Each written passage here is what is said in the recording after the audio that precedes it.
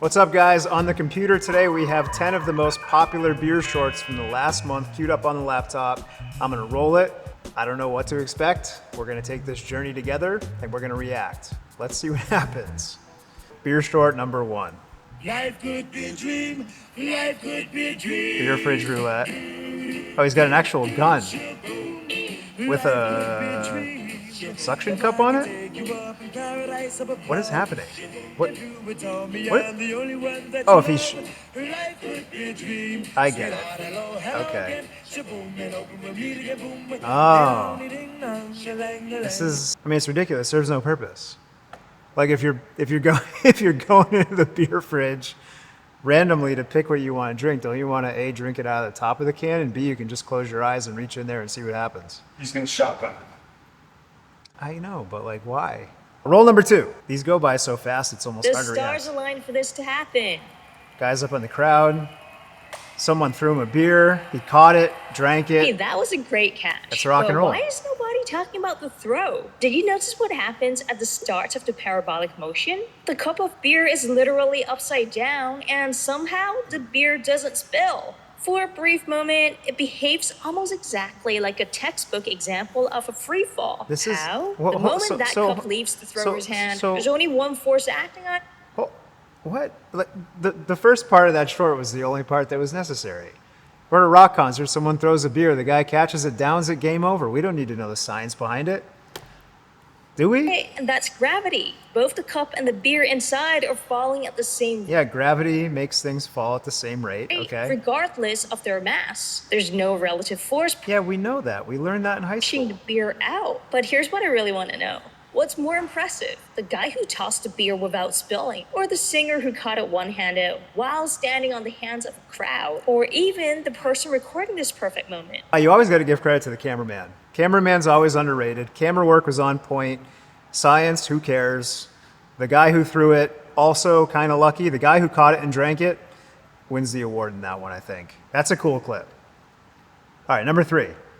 This is a michelada. This does not look like a good idea. Already, immediately, the Michelada, I'm out. You guys have watched the channel.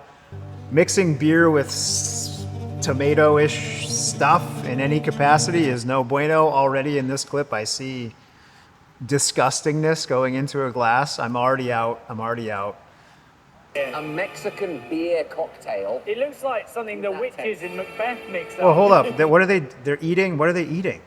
Oh, they're eating like a seafood boil. Like something the witches in Macbeth mixed up. Something like the witches in Macbeth. I don't know why it's bubbling that much. Give that a Yeah, it's taste. bubbling. It has My carbonation. Mexican friend in London. Oh, he spit it out. He spit it out. Of course he I hated it did. the first time I tried it, but after a few, you just learn to really like them. What is it? The comment is after a few you learn to really like them. That's called inebriation. It's like a Bloody Mary with beer mixed together. Yeah. It's a bit of an acquired taste. You're not a fan? Oh, Oh, that's a good one. That's a good one. Oh, that's actually stronger than I remember them being. Why? It's not strong. All right, that was kind of goofy, but I share the sentiment. Mixing that kind of stuff with beer, never a win. If you want to make a Bloody Mary, make a Bloody Mary. Number 4. Get 65 rotten cantaloupes from the farmer's market.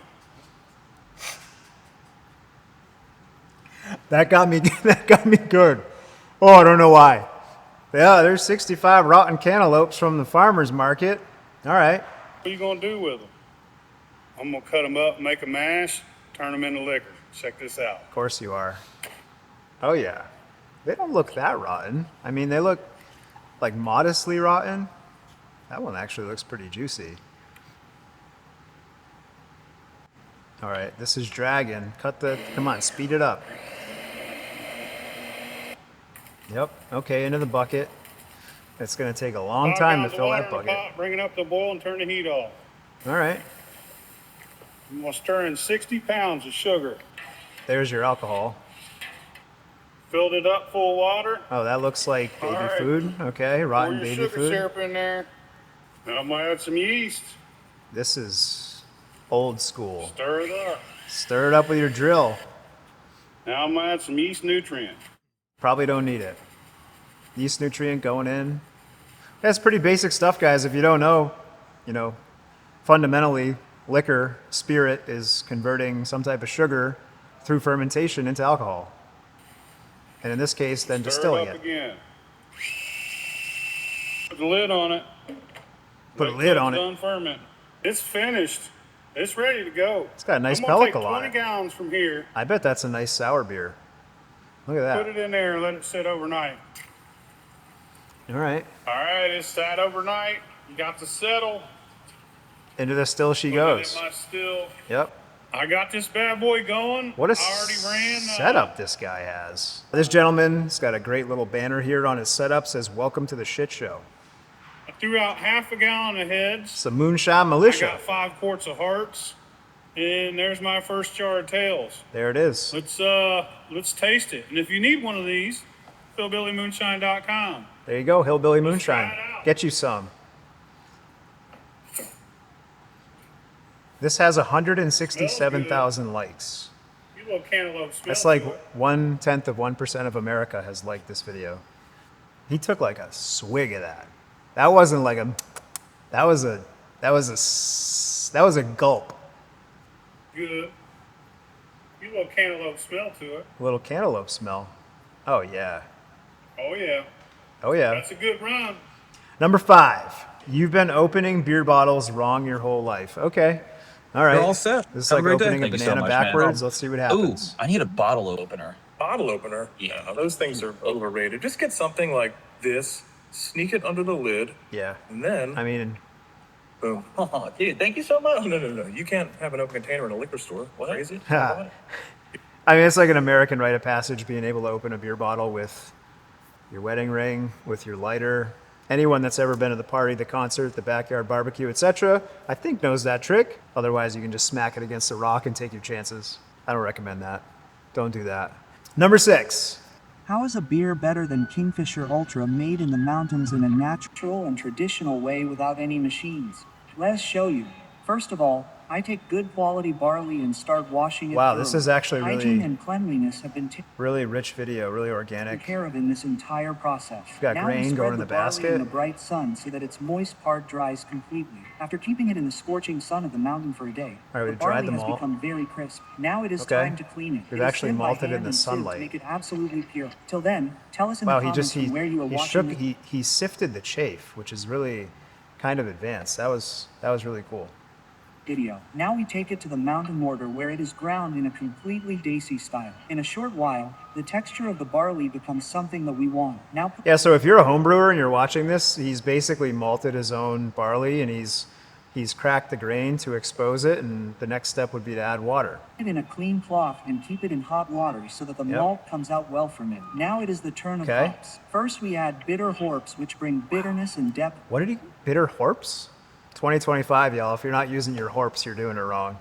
To make it absolutely pure. Till then, tell us in the comments from where you are watching this video. Now we take it to the mountain mortar where it is ground in This a is really completely cool, though. I Daisy mean, style. In a short while, the texture talk of about the homebrew. barley This is the becomes real something deal. that we want. Now put it in a clean cloth and keep it in hot water so that the malt comes out well from it. Now it is the turn of hops. First we add bitter hops, which bring bitterness and depth to the beer.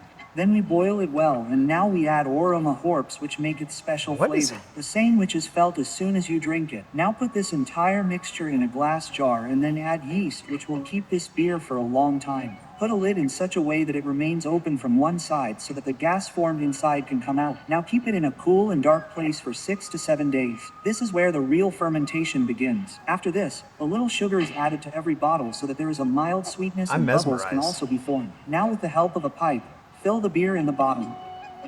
Ooh. Yeah, so, I mean, Again, keep it in- process there. He is going to re-ferment the beer in the bottle, but the way he was doing the siphon and transfer, I think he could have been a little more meticulous about it to keep oxygen out of the bottle. That's just my kind of psycho treehouse brain at work there, but still really interesting. So what he's doing is he's fermented his beer. Now he's going to bottle condition it. He added sugar. A little bit more yeast goes into the bottle. Bottle gets capped off. It's going to re-ferment, introduce carbonation. Cool place for 4 days for fermentation. And Yep, after 4 re-ferment. days, the pure Daisy healthy beer of the mountains is ready. I'm like really want to try that stuff, Daisy beer. We need to go there and brew with them, and we need to get some sent to us. If anybody watching can send us some Daisy beer, we'll leave our P.O. box down below. We also are not responsible for you getting arrested by international customs for sending illicit products across the border, but you never know. Take your chances. Video number 7. Why did the UFC ban fighters from drinking beer? Why? Already the question is in need of an answer. Why on earth would they stop these guys from drinking beer out of their boots? After a fight. At first, this seemed like a simple celebratory gesture, since the fighter would win a fight and then have a beer while celebrating with the crowd. He dumped a But beer there on was his something face. behind the celebrations that caused the He was using his slipper down the gullet. celebrations that caused the UFC to end up banning them. The UFC discovered that beer brands were using these celebrations as free advertising in front of millions of viewers. Okay, so what? People are getting exposure. UFC needs to control that? Without paying a single cent to the organization, like when Tao Bossa used his victory to promote his friend's beer brand. This caused the UFC to prohibit fighters from celebrating with unauthorized It's all beers. about the almighty dollar. God forbid someone chugs a beer. I guess they can sell a sponsorship so that whatever that guy drinks is not what he wants to drink, so that that brand can get exposure, and nothing is sacred. Nothing is real. All right, so next up, number 8, we got small town guys in a city bar. These two dudes are going to drink a $35 cocktail, aren't they? Why is it so bright in here? It's with all the natural light. Why aren't the lights flickering? They must have had a good month. Let's get a drink. Oh, gentlemen, how are we? Can I start you out with a couple libations? Oh, it's good here. Our blueberry cream IPA, muy bueno. We'll do 2 light beers. Hey, did you guys just move in here? We have been in this location for 15 years now. I think you got robbed. Someone took your neon beer sign. And where are all the dollar bills stapled to the ceiling? Yeah, right. Where's the dye bar energy? Oh, that's actually for our rotating beer list. We'll just do a shake of the day. Chocolat or strawberry? Plastic. We want our This is my favorite one, I think. Oh, we don't permit gambling in here. No, that means they don't have pull tabs here. I don't know what that is, but I can certainly pull your tab. It makes a modern bar seem really terrible, doesn't it? I mean, again, not that a dive bar is for everybody, but a bar is supposed to be for hanging out, hanging with your friends, getting your fix, having a good time. And if you make it a little too pretentious, you can lose sight of that. I can put it right here whenever you guys are ready. You think we're just gonna have one beer? At a time, maybe. Oh, I gotta take a leak. We're gonna do a frozen pizza, too. We do not serve pizza. We have a planche de charcuterie. You may know it as a meat and cheese plate. And that is why I always bring an extra. That's not going to happen. Hey, fella, restock the paper towels in the bathroom for you and tighten the leaky faucet. Please don't go Attaboy. in the supply closet. Hey, Miles, you need another? Sprinkle the infield. Are you kidding me? You can't be back here. Oh, you look busy. I didn't want to inconvenience you. I mean, $10 for 2 beers. Hey, you these guys are trying to help. see this? 10 for 2? Well, shoot, if that's the case, I'm taking souvenirs. That's it. I'm done. You guys are history. History? Look at your outfit. That is it. You guys are out of here. Hey, man. Hey, I'm sorry, man. I didn't mean to. Well, it's on. I mean, the country boys were more or less in the right in that one. They were trying to be helpful. They were trying to be kind. Frankly, $10 for 2 beers, still kind of cheap in 2025. But I enjoyed that. That was good. Number 9. In 1953, Major League Baseball banned this owner from changing the name of his stadium because of one rule. And instead of following it, he made one of the greatest marketing plays in sports history. Meet August Busch Jr. His claim to fame is that he turned Anheuser-Busch into the largest brewery in the world. August Busch looks like he rips about 4,000 cartons of cigarettes a day. Fast forward to the early 1950s, the St. Louis Cardinals were financially struggling and at risk of being relocated. August Busch wasn't a baseball fan by any means, but he was a St. Louis native and he saw the team as a... Dude's wearing an umbrella on his head. I mean, I should be wearing one for the video.